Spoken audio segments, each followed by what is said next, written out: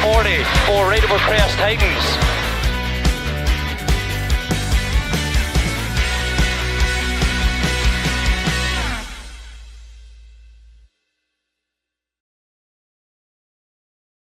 Last time out, competitors in the British Cross Country Championship took on the challenge of the Yorkshire Hill Rally. 3 days of challenging stages and some serious miles to get through in order to add to their championship tally. It would be local driver Richard Kershaw taking victory, but with an up and down season, Kershaw would be a little way off the championship top step going into the final rounds of the season with it all to do. In contrast to the Marathon Hill Rally for round 4, this weekend would see rounds 5 and 6 both being played out at Walters Arena, with Saturday counting as the penultimate round and Sunday giving us our season finale. They may seem like short days by comparison, but the challenge wasn't going to be anything less. And over those first few runs of the penultimate round, it will be the lead for Hill Rally winner Richard Kershaw, with Andy Powell alongside this weekend, opening up a 13-second lead after the first 3 runs of the day. Second at this stage will be one of our main championship contenders, Paul Rowlands and Neil Lloyd. They come to this round third in the standings, not too far off the lead either, with 2 chances this weekend to score. It was all to play for still. Aston Cox and Simon Kerfoot come here with a few points behind Rowlands on the leaderboard to think about. But with a win already in the championship, they knew that they had the pace to push for a win again over these final 2 rounds, and things were going well so far. They end the morning in 3rd place. Richard Watson and Paul Hughes had been leading the championship standings coming into this round, but things were not going their way so far this weekend. This overshoot on run 1 shows the problem exactly. They lost time with that, but more was to come with clutch problems later in this run. They'd have their new car here this weekend and would in fact bring that out for the second run of the day, but sadly for them, that too had its problems. The pair would lose even more time with steering issues, and any hopes of keeping that championship lead were gone. So in 4th place for now, and keeping themselves out of any trouble, were Jason Rowlands and Craig Davies. They were going well, as was the car, and they'd be keeping an eye on that fight for the podium positions up ahead, ready to make a move if anything should happen. It was a new car this round for Rob Bull and Philippa Tennant, out in the ex-Justin Birchall Lofthouse Freelander. And they'd have an overshoot on run 1 in the same place that would catch out many others this weekend so far. But apart from that, things going pretty well for the pair in 5th. Andy Di Giulio was going well so far, starting the day off with some strong times on the course. But frustratingly for him, that good run would come to an end. He goes off the road on the 3rd run, taking a maximum time, heading back to service to get the car ready to come back out for damage limitation in the afternoon. Meanwhile, this was Mike Faulkner's and Peter Foy's first visit to Walters Arena in an off-road car, having limited experience here in a rally car previously. Things, of course, quite a bit different between those 2 scenarios. Things were going well, though, lying in 6th place overall for now. And things were also going pretty well for Max and Ryan Cook. No issues to report, the pair sitting in 7th overall at the midpoint of the first day of competition. Mark Jacks was another to overshoot that tricky corner in the first stage. He'd lose quite a bit of time getting the car back out of there as well. Getting a puncture later on would also lose him further time, ending the morning with 8th overall and perhaps ruining what could have been after that rough start. Steve Hill and Paul Short make a good start to their campaign here at the final 2 rounds though. A puncture on run 2 would lose them a bit of time though, pulled back out after a good few years away from the sport. A great partnership as well, as it was Paul who got Steve into racing in the first place 8 years ago. And rounding out the top 10 were Dave and Tony Hooper. A small overshoot nowhere near as big as some would seem like nothing compared to the puncture that it also gets soon afterwards, slowing their progress yet further. A challenging morning already then. Here are some of the results from some of the classes outside of the top 10 leaderboard. And it would be the Class 1 lead for Nick Pritchard and Richard Griffiths. They were going well in 11th place overall as well.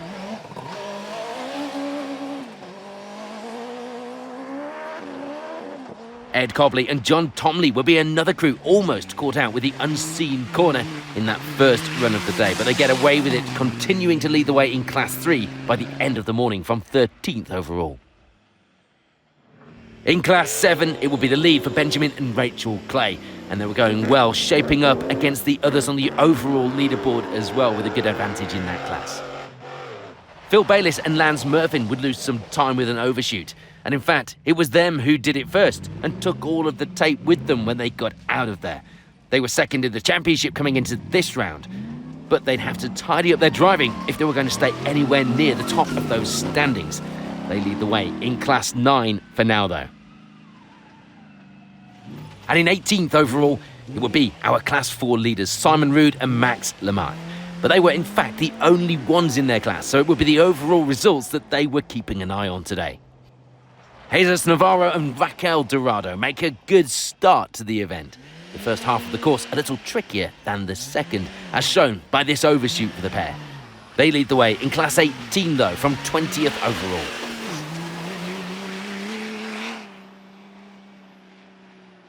And staring down the barrel of a top 20 result from their Class 2 position, it was Chris Ratter and Kenny Clark. They were enjoying the course here in Wales, and apart from a few small mistakes losing them a bit of time, things were going well, ending the morning in 22nd. There would, though, be frustrating problems for Andrew Robinson and Tony Jones. Not only would they suffer a big overshoot on the first run of the day, they'd also get the car going again, only to get just around the corner before having to pull over, taking a maximum on run 1, putting them down the order in 24th position. Behind them in 26th overall will be Carl Duffield and Martin Wellock. A maximum on run 3 will be what caused them to slip down the order so much at this early stage. But with only them in Class 11, they do keep hold of that lead.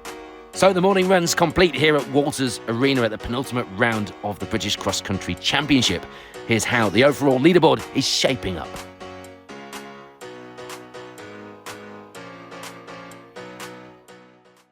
On to the afternoon then, and still a long way to go this weekend to round out the season at Walters Arena.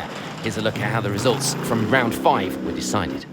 In 24th place overall by the end of the event was Steve Smith and John Griffiths. A rear puncture in the morning certainly hadn't helped progress this weekend. And luck very definitely wasn't on the side of Phil Bayliss and Lance Mervyn. They get a puncture in one of the runs. In fact, not just one puncture, but 3. And all on the same run as well. It would mean the final 2 runs of the day would be a maximum time for the pair. They end the day, as a result, with 23rd overall. A maximum on the final run of the day would also be the reason for Ed Cobley and John Tomley slipping down the order. They'd end the day 22nd overall, but at least, like Bayliss, they would maintain a class win. This weekend would see a BXCC debut for Chloe and Chris Bayliss, daughter of Phil Bayliss, out for the first time with Grandad Chris on the notes. And things had gone well for the pair so far, staying out of trouble. And of course, with the problems for the other car in the team, it means that Chloe gets to say she finished higher than her dad. Steve Hill and Paul Shaw would sadly have to call it a day early on. They have a small fire in the engine compartment, nothing that couldn't be fixed, but it did take too long for them to get back out for the final runs of the day. Chris Ratter and Kenny Clark, meanwhile, stay out of trouble, ending this round with the class win. The pair also taking 19th place on the overall leaderboard as well. And Jesus Navarro and Raquel Dorado do all they need to do this time out to take the class win, here and in the championship. But they'd end the season here, not out on the final round. But they were already planning on returning in 2025. This time with their daughter coming out for some of the rounds as navigator too. In Class 4, it was victory for Simon Roode and Max Lamarck. A good end to the event with 15th overall too.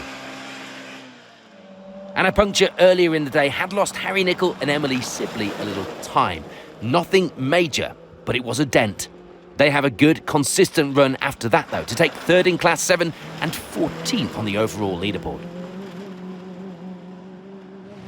Andrew Robinson and Tony Jones managed to get the car sorted and back out after their run 1 maximum. They were putting in some good times as well, managing to get back as high as 13th overall. And it had been a good start to the weekend for Richard and Owen Green. No problems at all for the father and son team as they take second place in Class 7, 12th overall. There was frustration though for Andy Di Giulio. That earlier off had taken any chance of a victory away, but some good times after that would surely help with the confidence and would also see him back on the pace, managing to claw back to 11th place overall. A good end, even if it was just damage limitation after a not so good day. On to the top 10 overall then at this penultimate round, and it will be a 10th place finish for Benjamin and Rachel Clay, the pair keeping hold of that Class 7 win as well to the finish. And apart from an overshoot and a few small niggling issues, it will be a clean enough run for Martin Cox and Stuart Delph today. They managed to keep up the pace as well to end the event with 9th overall. Sadly for Mike Faulkner and Peter Foy, a broken drive shaft would see them drop out of the top 10 overall leaderboard. They'd limp the car back to service, getting the repairs sorted and managing to salvage an 8th place finish. Nick Pritchard and Richard Griffiths, meanwhile, would have a good, consistent run of times today, without any issues to report either on this penultimate round of the championship, and that would see them ending the day 7th overall, and of course with that Class 12 win. Dave and Tony Hooper have a better afternoon. No issues to report. The pair able to end the event with a Class 10 victory and by a good, solid margin as well. They also take 6th place overall. And despite a few issues, it would be a good, solid result this weekend for Mark Jacks, managing to take 5th overall this weekend as well as 3rd in his class on this, the first of 2 days at Walters Arena. The leaderboard and indeed the championship would take a big shake-up on the final runs of the day though.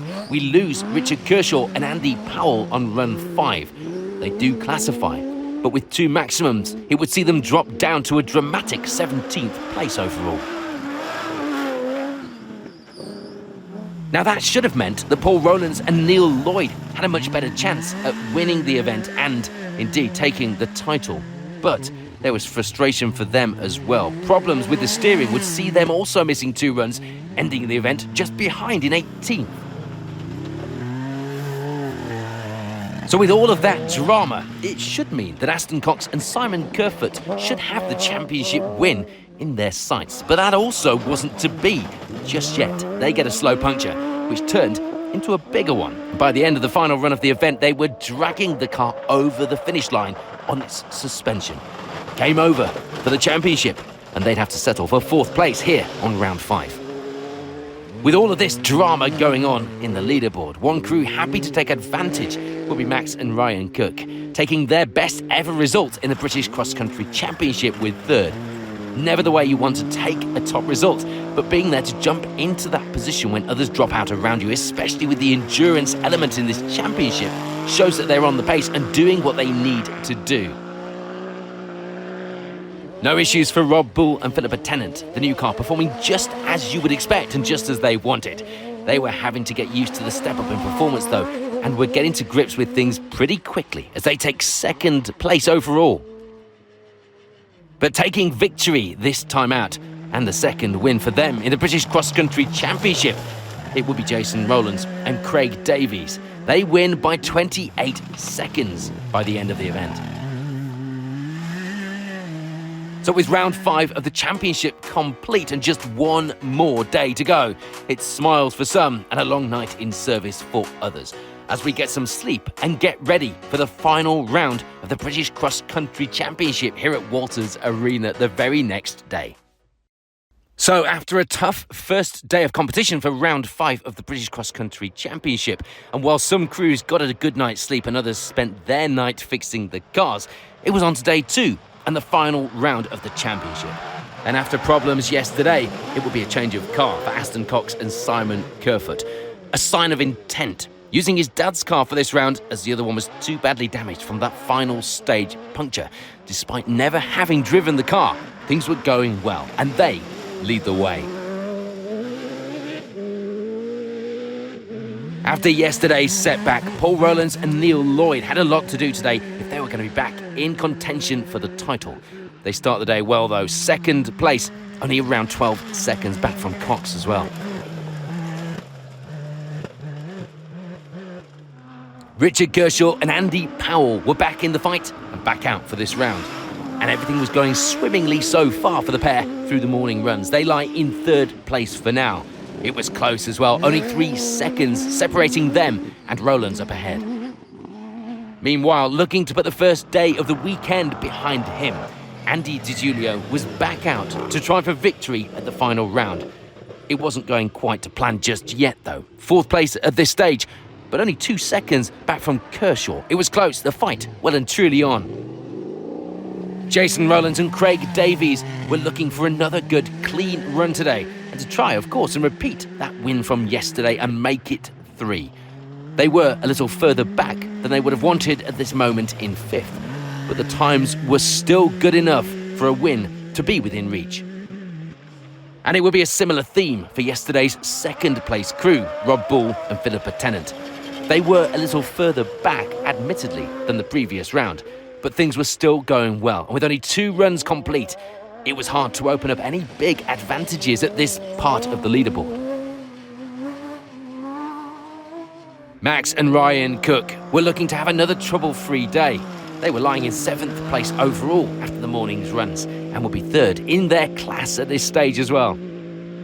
Just behind in the class and overall leaderboards will be Rob Morris. 15 seconds the difference at this stage, but Morris had actually gone faster on the last stage of the morning. So could he catch that up in the afternoon? It would remain to be seen. For Dave and Tony Hooper, it would be 9th. They were lying 2nd in Class 10 at the moment with that time as well, but that class lead would be in the hands of Di Giulio, a few minutes up ahead. And rounding out the top 10 were Andrew Robinson and Tony Jones. They were having a much better start to this round than the last, that was fair to say. The times were improving as well as the morning went on. The first notable retirement from this final round of the championship will be Mike Faulkner and Peter Foy.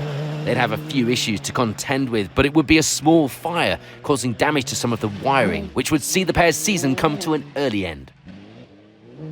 And we'd lose Richard Watson and Paul Hughes. They come back out for this round, but would end it just as fast as they started it. Their event coming to an end on the 2nd run of the morning. Sitting just outside the top 10 at this stage and ready to pounce will be Ed Carbley and John Tomley. They were, of course, leading the way in the class. They were the only ones entered for this final round there, but the overall times were looking good too, and that would surely be where they would be keeping their eyes fixed. Only 11 seconds off a top 10 overall result to round out the season. Mark Jacks wouldn't be having much luck today, that was fair to say, just like yesterday. But this time it would be a rear puncture on the car, costing him some valuable time. He does end the morning with 12th overall. Benjamin and Rachel Clay, meanwhile, will be doing much the same today as they did on the previous round yesterday, keeping up with some good pace and ending the morning with 13th place overall from the lead of Class 7. With the previous day having been pretty much a write-off, Phil Bayliss and Lance Mervyn were out again to try and get a good result. At this stage, they were leading Class 9, but from 14th overall. Nick Pritchard and Richard Griffiths would be in Class 12 on their own today, so that place at least was secure. They did have to finish though, and thankfully for them, things were going to plan. No issues to report, and they're 15th on the overall leaderboard for now. It was a good, solid, consistent performance so far for Harry Nicol and Emily Sibley. They were lying 2nd in Class 7 for now, 16th place on the overall leaderboard.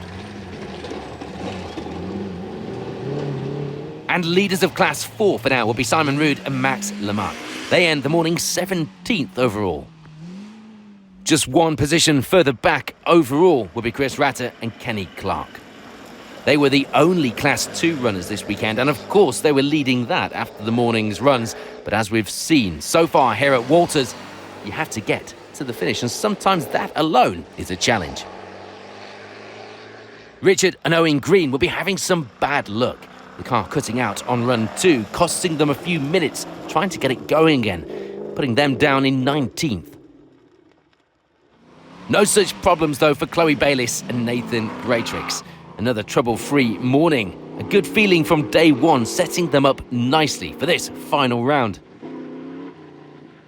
But it was a day of contrasts, and sadly, things were not going to plan at all for Steve Smith and John Griffiths. They'd suffer a puncture and more serious damage to the front corner of the car, forced to call it a day. So with the morning runs complete for the final time this season, here's a look at how the leaderboard is shaping up here at round 6.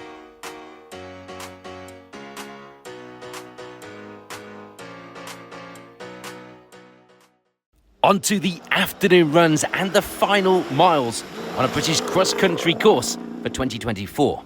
And for Richard and Owen Green, there'd be a continued issue. The car cutting out once again. They'd have to limp it back to service for a maximum time through the afternoon runs. There was frustration as well for Nick Pritchard and Richard Griffiths. After a weekend of everything going okay, they'd end the event with a maximum on the final run, having to settle for 17th place overall. Meanwhile, it was another trouble-free run for Chloe Bayliss and Nathan Greatrix. They'd enjoyed their first event here in the BXCC and would love to come back for next season for more challenges, maybe to try and beat Dad once again. The day had gone smoothly enough as well for Chris Ratter and Kenny Clark. They'd reached the end of the event, 15th place overall, with that Class 2 victory. For Rob Morris, it would be a maximum, though, on the final run of the day. That would see him ending the event with a 14th place overall finish this weekend. No change, though, for Simon Rood and Max Lamarck. They were the only ones in their class, so they'd secure the points there with this finish, but they'd also take 13th place overall. No issues to report for Harry Nicol and Emily Sibley. They were one of a few that could say that. They'd reached the end of the final event of the season in 12th overall, second in Class 7. And just hovering outside of the top 10 overall for now will be Benjamin and Rachel Clay. They do enough to take the Class 7 victory, though, ahead of Nicol. After a tough weekend, we'd lose Richard Kershaw and Andy Powell from the overall fight, not able to continue into the afternoon runs and having to call it a day. Onto that top 10 leaderboard then, and it would be a much better result today for Phil Bayliss and Lance Mervyn. One eye on those championship points, a few less punctures to contend with today as well. They end the event 10th place overall, and with that Class 9 win, that result enough for 6th in the championship standings as well.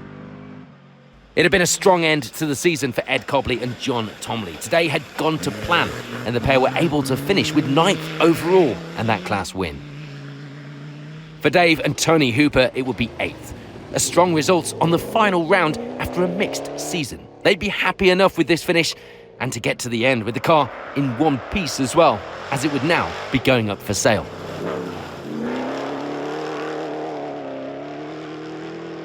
Andrew Robinson and Tony Jones would be glad to get to the end of this round with no more issues to report. The times were looking good as well. They take 7th overall, 3rd in the class today. Max and Ryan Cook, meanwhile, weren't able to get themselves a repeat of that podium, but they'd be happy with a 6th place overall finish, giving them 3rd in the class as well, which was a strong way to end the season.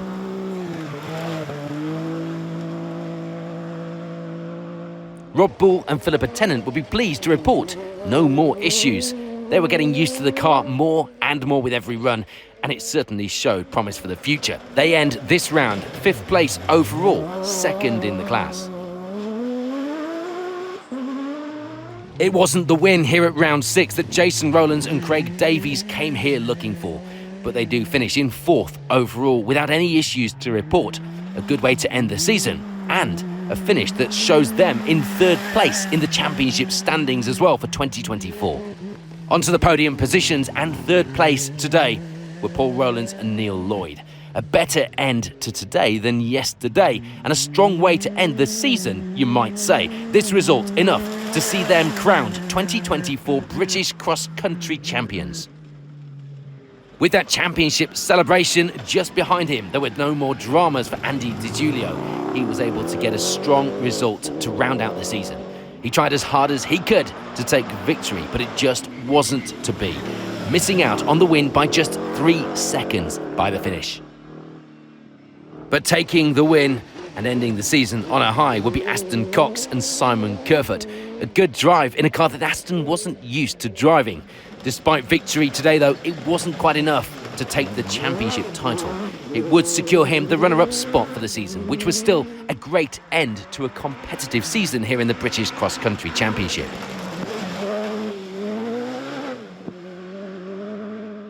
So with round 6, and indeed the season complete, here's a look at how today's results were decided. So that's it for 2024. There have been highs, there have been lows. It's been a tough and challenging season for our crews. The championship planning is already well underway for 2025, so keep an eye on the British Cross Country Championship social media over the winter for the latest news. Congratulations to our new champions, Paul Rowlands and Neil Lloyd. For now though, thank you for watching.